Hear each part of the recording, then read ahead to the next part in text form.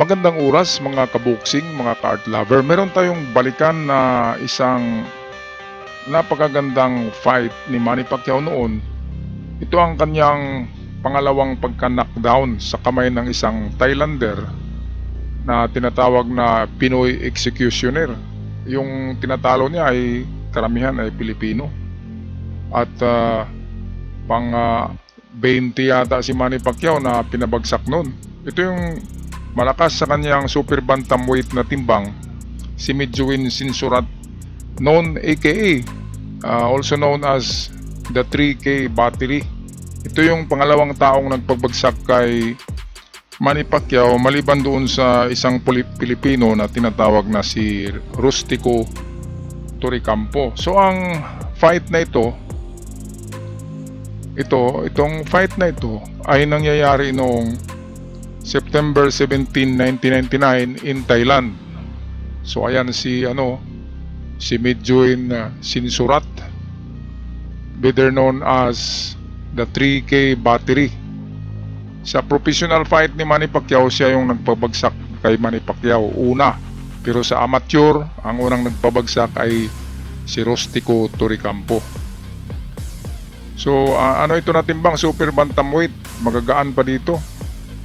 At merong kalamangan si Manny Pacquiao sa kanyang height.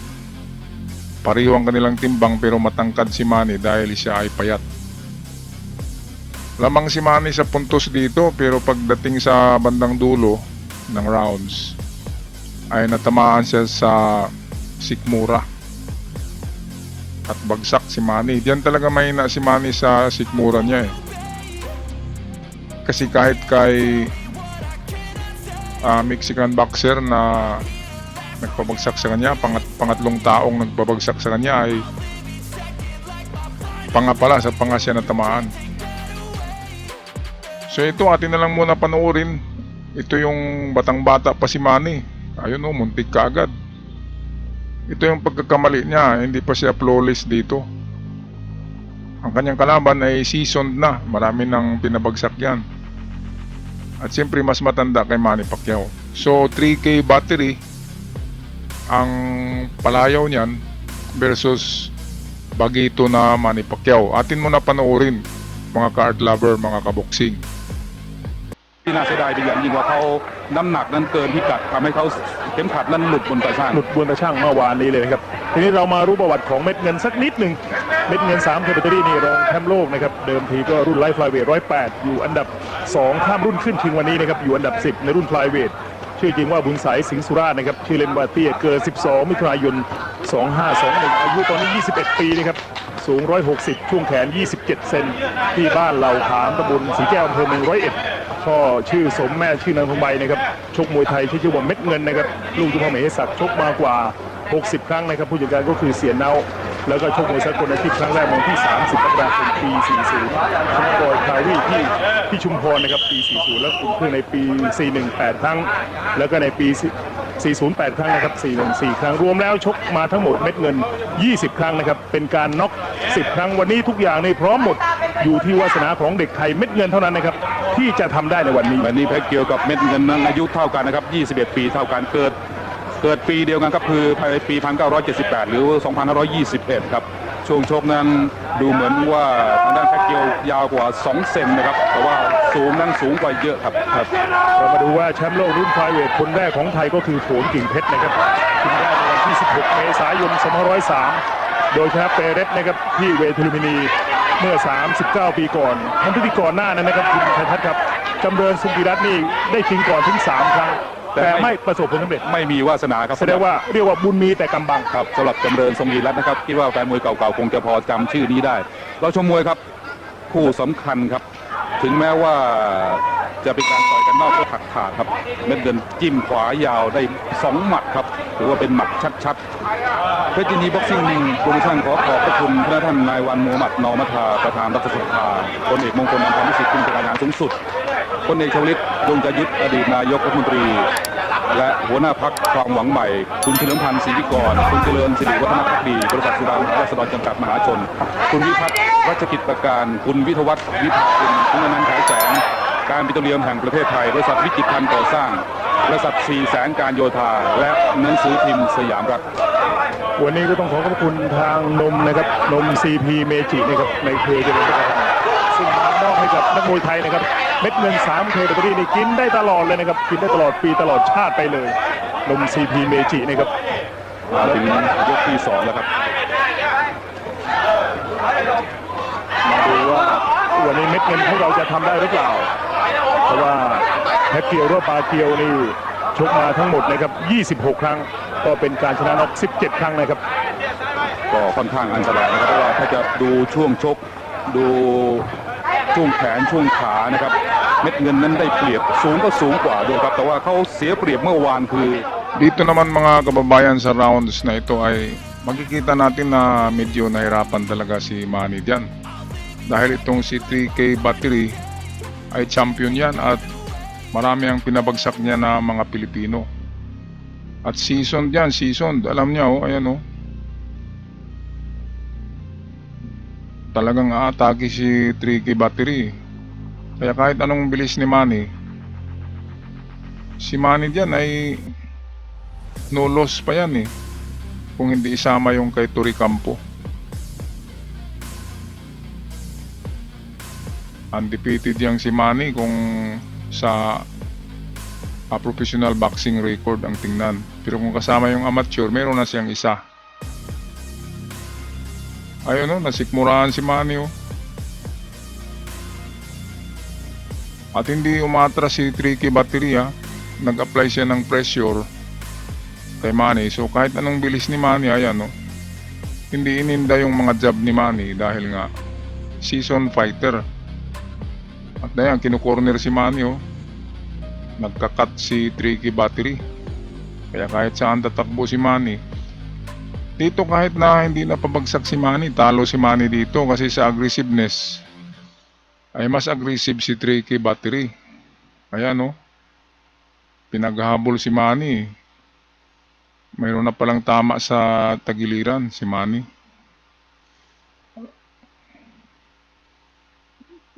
Ito sa mga, ayun oh, nasaktan si Manny sa gilid oh. So ano pala to, sa bandang dulo ng mga rounds, lahat kay 3K Battery na eh. Kasi ininda ni Manny yung mga tama sa tagiliran niya sa kidney. Kidney ang tinitiran ni 3K eh.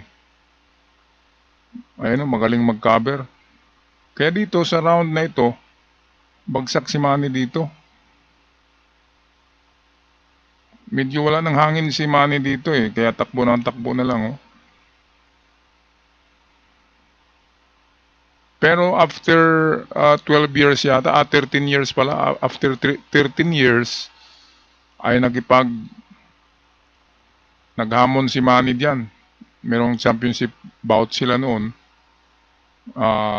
taon 2012.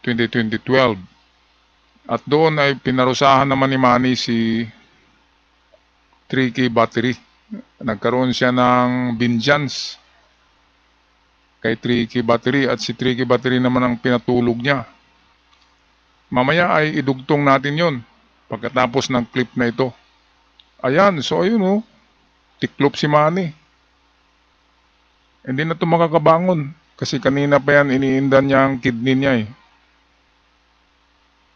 Kaya panalo si 3K Battery dito. So after 13 years, ito na yun. Panoorin natin na itong video. Ito na yung vengeance ni Manny Pacquiao kay 3K Battery. At mas hinog na si Manny dito. Ito ang video, panoorin natin. So ito na mga kababayan, sa Taguig pala ito ginanap. Yung unang fight nila ay sa Thailand yun eh. Ito sa Taguig. Yanig in Taguig pala ang title nito. Ang petsa ay April 18, 2012.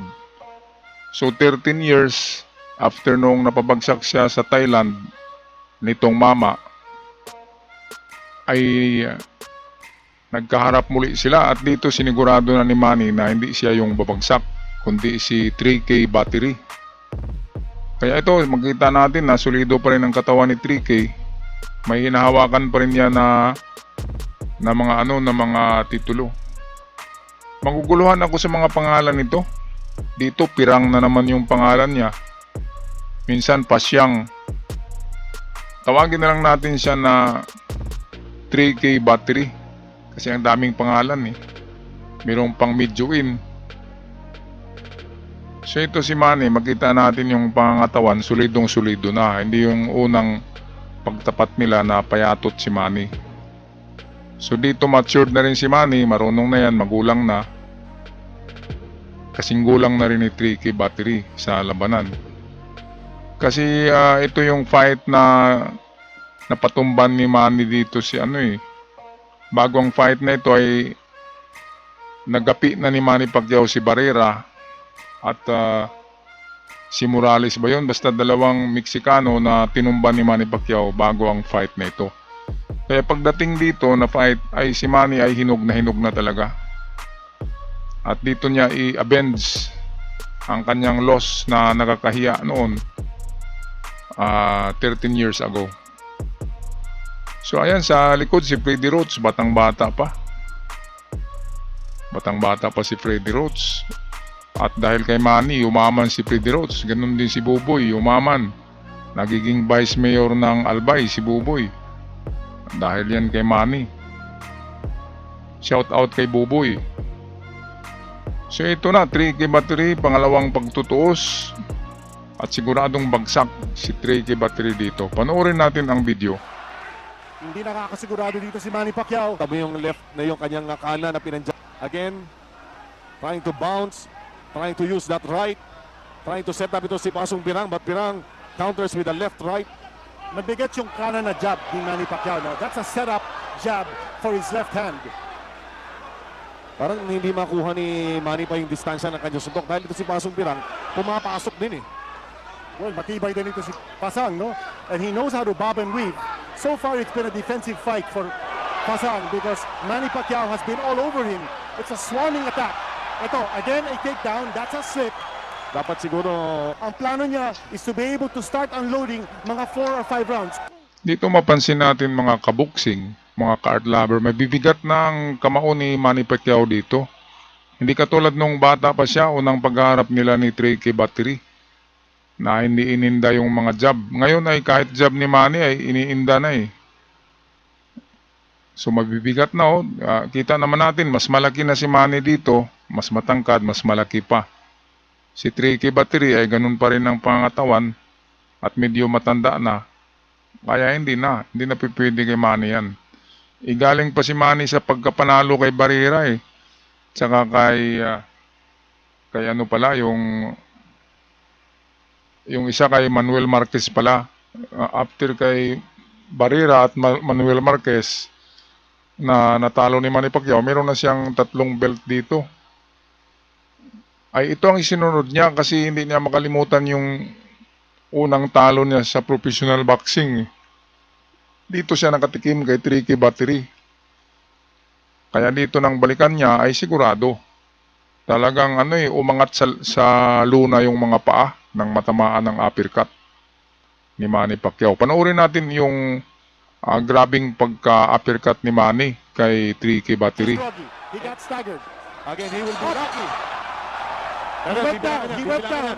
Yes, tama yun. Walang fighter to be saved after the bell and another. Napadikit lang siya but it's all been the right doing the work. Sabi kasi ni Manny Pacquiao kanina, abangan niyo yung kanan ko, and really that right, he is trying to work at that so hard. At ito po, inuulit po namin in preparation for that big one on February 26. He is set to meet Manuel Marquez in a rematch, but he has first to finish off this assignment of his. Round number 3, or round number 4. Nakita There can be saved after the bell. And Pirang, ito na, alam na ni Manny kung anong gusto niya. Manny has gotten his range, but he gets nailed with the left. Manny comes back with that looping right. Alam mo, very loose na din ang defense ni Manny at this point. Ha? Kung meron pang ibubuhay ito si Pasan, dapat ipakita niya ngayon. Because here's an opportunity for him. Manny's fighting very loose, very confident. Napabagsak na niya na 2 beses ang kanyang kalaban. Meron nagsasabi, baka naman si Manny kargahin itong si Pasong Pirang. Again, hindi I don't think so. po uso yan, ano? Ayaw natin i-risk yan. And Manny Pacquiao now, ang sabi nga naman dito, Oh, yes. Ayun. Right punch. The left hand. the left hand, Left hand. that left upper kick. First knockdown. It's an upper left. Ayun, first knockdown yun. At dito sa pangalawa ay grabe, aangat ang mga paa ni Pirang nitong si 3K Battery. Panoorin natin One ha. punch brought down Fasan in this round. Ito Ito na naman. Goodbye. And that's it. Ayun, It's goodbye. over. It's over. Manny Pacquiao, sensational knockout. Win-workout lang yung kanan. Grabe. Ginamit ang kaliwa. Pumunta pa rin siya sa kaliwa niya. Ano At kailangan hindi niya? malaman ni Fasan kung nasaan siya. Balikan nga natin. Hindi niya malaman. At hindi niya nakita kung saan ang galing yung suntok. Napapagsak na niya na 2 beses ang kanyang kalaban. Meron nagsasabi, baka naman si Manny kargahin itong si Pasong Pirang. Again, hindi I don't think so. po uso yan, ano? Ayaw natin i-risk yan. And Manny Pacquiao now, ang sabi nga ng mga dito, Oh Kinito. yes! One punch! The left hand! The left hand. Kaliwang uppercut. That left upper, Kinito. Parang upper yun. It's an upper left. Woo! That nail. This is the third knockdown. Buhay pa pala si in this Chinito bout dito eh. by Manny Pacquiao against Pasong Pirang. At sabi ni Fasan, okay, lalaban pa ako. One punch brought down Fasan in this round. Ayun, grabe. It's over! It's over! Manny Pacquiao. Balikan nga natin. Isa na lang. That nail. This is the third knockdown scored in this bout by Manny Pacquiao against Pasong Pirang. At sabi ni Fasan, okay, lalaban pa ako. One punch brought down Fasan in this round. Ito na Ito na naman. naman. Goodbye. And that's Grabe, it. It's ang over. bilis. It's over. Manny Pacquiao, sensational knockout. Win-workout lang yung kanan. Grabe. Ginamit ang kaliwa. Pumunta pa rin siya sa kaliwa niya. Ano kailangan Hindi niya? malaman ni Fasan kung nasaan siya. Hindi niya malaman. Ayun, so nakuha rin ni Manny ang kanyang vengeance kay 3K Battery. This time sa Manila na eh. Yanig Intagig pala ang ano niyan. Ang titulo ng fight na yan nangyari noong April 18, 2012. 13 years, 13 kataon after sa pagkatalo niya dito mismo. At na-knockdown siya, pangalawang beses na knockdown. Ang pangalawang tao na nagpatulog kay Manny ay itong si 3K Battery. Maliban doon sa isang Pilipino na si Rustico Toricampo. Alright, so magpaalam na mga kababayan, mga kaboksing. Hanggang sa muli at huwag kalimutan mag-subscribe sa ating maliit na channel para naman lalago ng konti. Maraming salamat.